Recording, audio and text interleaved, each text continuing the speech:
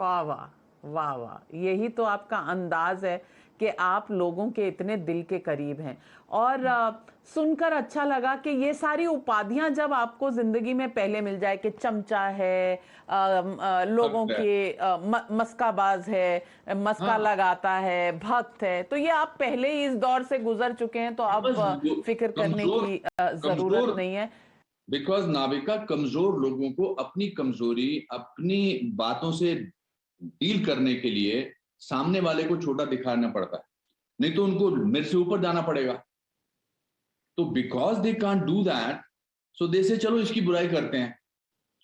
तो जो बुराई इस वजह से हो रही है क्योंकि आप वो ऊंचाई हासिल नहीं कर सकते, उस बुराई बेचारे पर उस पर तरस ही आना चाहिए ना, उस पर तरस ही आना चाहिए। आप मेरे साथ प्रोग्राम करती हैं फर्स्ट को, मुझे लगता है कि मेरे लिए उपलब्धि है, बिकॉज कहीं ना कहीं आपको लगता है कि अनुपम खेर सही बात करेगा या अनुपम खेर में ये काबिलियत है ना।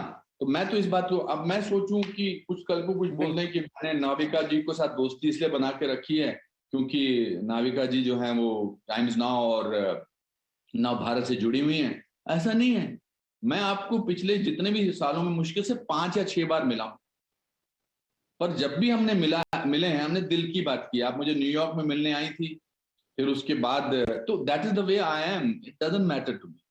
बिल्कुल सही कहा आपने अनुपम जी, लेकिन बस एक चीज मैं साफ करना चाहती हूँ कि टाइम्स नाउ को, जितनी भी टाइम्स ग्रुप की अपनी एक स्टैंडिंग है, हमें कम से कम नंबर्स फर्ज करने की जरूरत नहीं पड़ी, क्योंकि एग्जैक्टली। रिश्ते अगर बनते हैं और वो दिल से बनते हैं तो वो थोड़े परमानेंट होते हैं। क्योंकि आप बनावटी रिश्ते बनाएंगे तो जाहिर सी बात है कि बहुत ज्यादा दूर चल नहीं पाएंगे। तो इसीलिए दर्शकों का प्यार खुद से बना रहे, ये बेटर रहता है। लेकिन आपने कहा, और मैं अब तक कह नहीं रही थी कि आप देहरादून में हैं, मुझे लगा इतने प्रसिद्ध कलाकार हैं आप, तो आपकी सिक्योरिटी को कोई थ्रेट ना हो जाए, इसलिए मैंने जगह डिस्क्लोज ही नहीं की। आपने खुद कह दिया तो मैं कहती हूँ कि आप वो वेलनेस सेंटर में बैठे हैं। आप तो वैसे ही इतने वेल हैं, आप इतने हेल्थ फ्रीक नजर आते हैं, आपके तमाम वीडियोस मैंने देखे हैं जिम में, और आप फिट जबरदस्त है कि कई बार डर लगता है कि औरतों से तो उनकी उम्र नहीं पूछनी चाहिए, आपसे भी पूछने में डर लगता है कि भाई उम्र क्या है और क्या आपने अपने आप को अ, चुस्त और फिट रखा हुआ है। एक तरफ सिकंदर आपका बेटा है, दूसरी तरफ आप इतने फिट हैं कि लगता है कि किसी स्वयंवर में चले जाएं तो 2-4 मालाएं आपके गले में पड़ जाएंगी। तो ये आप कैसे करते हैं? मैं खुश रहता हूं। मैं दो चीजें, एक मेरे पिताजी ने बड़ी अच्छी बात कही थी बहुत साल पहले। उन्होंने कहा था easiest thing in the world is to make somebody happy. दूसरा, खुश रहने की प्रैक्टिस करनी चाहिए। 2-3 महीने खुश रहने की प्रैक्टिस कर लो, उसके बाद आदत पड़ जाती है। बाकी तो ये जो व्यायाम है या जो वर्कआउट है, ये सब तो इस तरह की बातें सुनने को अगर कैसे मिल सकती हैं, वरमाला वगैरह की बातें, अगर मैं ये सब नहीं करूंगा। मैं इधर इसलिए आया वेलनेस सेंटर पे क्योंकि मेरे भाई की बेटी की शादी हुई वृंदा की। मुझे पता था कि as a father he was very close to her, और अभी उसका एड्रेस शिफ्ट हो गया, बॉम्बे से दिल्ली चली गई।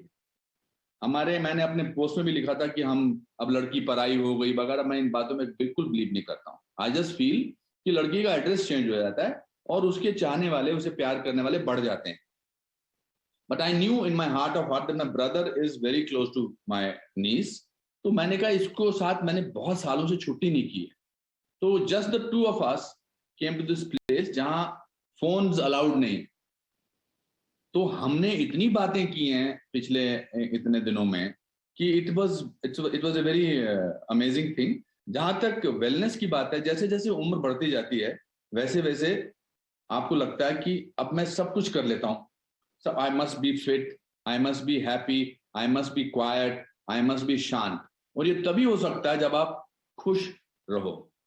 मुझे कोई फर्क नहीं पड़ता है। Of course I am ambitious. खुश रहना मतलब मैंने मोक्ष नहीं प्राप्त कर लिया। I am very ambitious. I want to keep working. I want to be in every single film which is being made. But that does not mean that मैं कूड़ता नहीं हूं, मैं सड़ता नहीं हूं। और मैंने बहुत पहले डिसाइड कर लिया था कि जिंदगी में सिर्फ 7-8 लोग होते हैं जो आपको हमेशा जो पसंद करते हैं। बाकी तो जिंदगी में आपके यात्री हैं, आते हैं चले जाते हैं। वो 7-8 लोग इंपॉर्टेंट हैं। पूरी दुनिया को तो कोई खुश नहीं कर सकता, पूरी दुनिया को तो भगवान भी खुश नहीं कर सकते हैं, हम तो फिर भी इंसान हैं। ऐसा कोई इंसान मुझे बता दीजिए जिसका कोई दुश्मन नहीं है या जिसको सभी चाहने वाले हैं। आप मुझे बता दीजिए, आप इस समय प्रोग्राम में बैठी हैं, एक नाम बता दीजिए। Just tell me one person in the whole world, 7 billion people. नहीं यार नहीं है।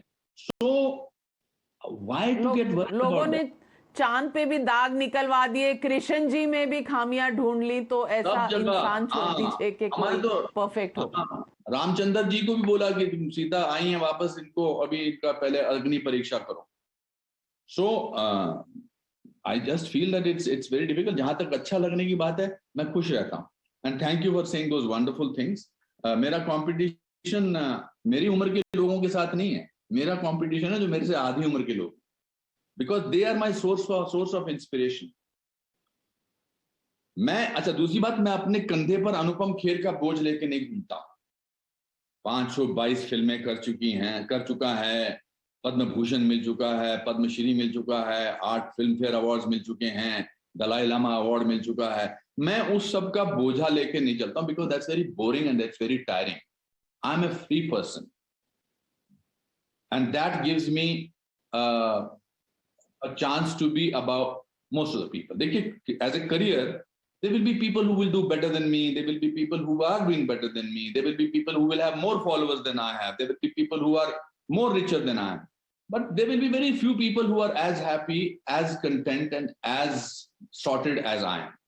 So I am a successful person, maybe not remain always a successful actor or entrepreneur or something like that.